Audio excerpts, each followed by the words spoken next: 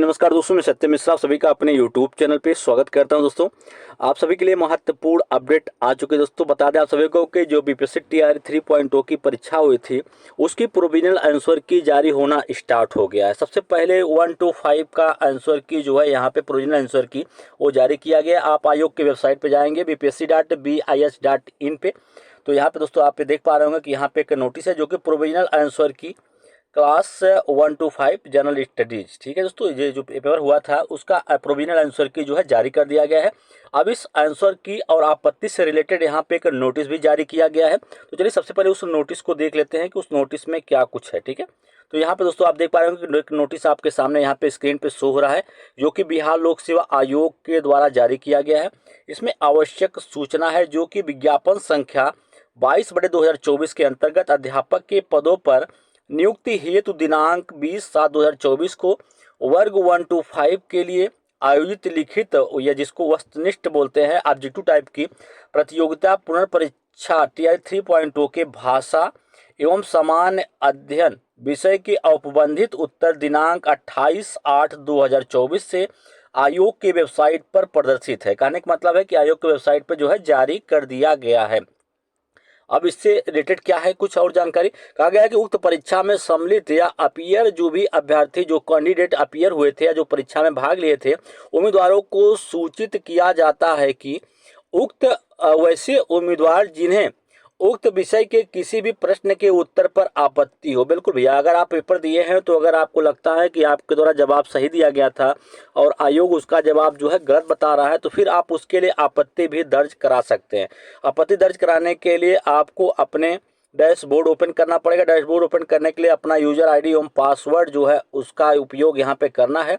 उसके बाद आपका डैशबोर्ड ओपन होगा तो वहाँ से आप दिनांक 2/9/2024 से 5/9/2024 तक आपत्ति जो है वो अपलोड कर सकते हैं। बिल्कुल आपको प्रमाणित साक्ष्य जुटाना पड़ेगा उसके लिए।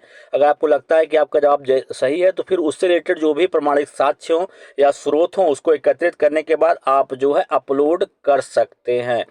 यहाँ पे जो तिथि दी गई है कि 2/9/2024 से लेके 5/9/2024 के बाद अगर आप आपत्ति करते हैं तो फिर उसके बाद आपत्ति जो है स्वीकार नहीं किया जाएगा अगर या उस पर किसी प्रकार का कोई विचार नहीं किया जाएगा। ठीक है, अपर सचिव परीक्षा नियंत्रक बिहार लोक सेवा आयोग के द्वारा ये नोटिस जो है जारी किया गया है। तो ये रहा आप सभी के लिए अपडेट दोस्तों कि आपकी जो प्रोविजनल आंसर की है वो जारी कर दी गई है और उससे रिलेटेड यहाँ पे आपत्ति जो आपको दर्ज करानी है उससे संबंधित भी नोटिस यहाँ पे जारी कर दिया गया।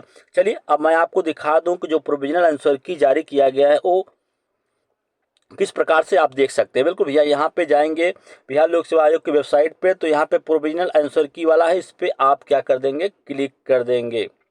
बिल्कुल जैसे आप क्लिक करेंगे आपसे पूछेगा डाउनलोड का ऑप्शन, फिर आप डाउनलोड करेंगे तो ये आपके जो भी आपकी पेपर जो आपका हुआ था सेट में तो यहाँ पे set E, set F, set G या सेट एच, तो लैंग्वेज में आपके दो पार्ट थे। एक आपका इंग्लिश था जो इसमें आपके 10 प्रश्न पूछे गए थे और इंग्लिश और आपका भाषा जो हिंदी लैंग्वेज सेकंड है जिसमें हिंदी है आपकी, इसके अलावा उर्दू है, बांग्ला है, इन सब दोनों को मिला के आपको यहाँ पे 9 नंबर जो है लाना अनिवार्य था क्योंकि ये सिर्फ क्वालिफाई के लिए शुरू में यूज किए जाते हैं। बाद में अगर दो बच्चों का जो नंबर सेम मैच करता है तो फिर वहाँ पे टाई ब्रेकर के रूप में भी इसका इस्तेमाल जो है किया जाता है।